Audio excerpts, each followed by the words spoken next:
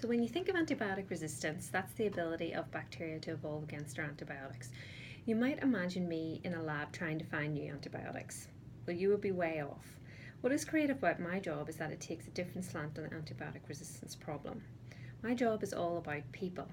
It's people who decide who gets access to antibiotics, that's governments, people who decide whether to prescribe antibiotics, that's doctors, and people who ultimately decide whether to take them, that's people like us. My job is to look for the patterns in these behaviours, and I do that by using post-its like the ones behind me. And I use those to visually identify the patterns alongside my traditional research methods. And so over the past 2 years, I've found 3 very interesting patterns that have important implications for going forward.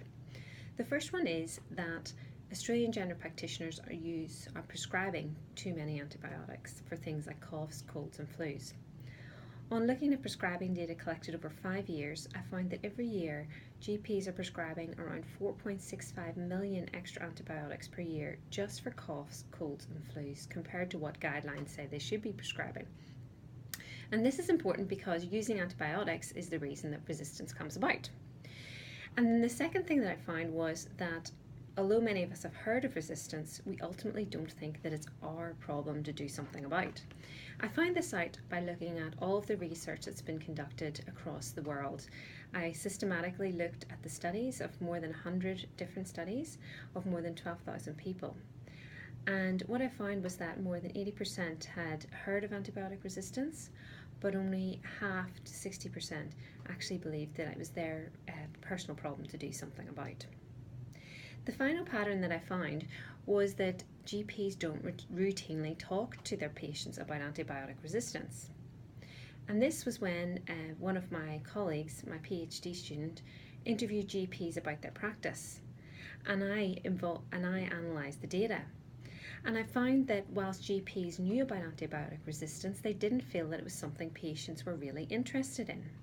So they didn't talk to them about it. But the thing is, if you were told about antibiotic resistance when you were being prescribed an antibiotic, that might change your mind about whether to take it.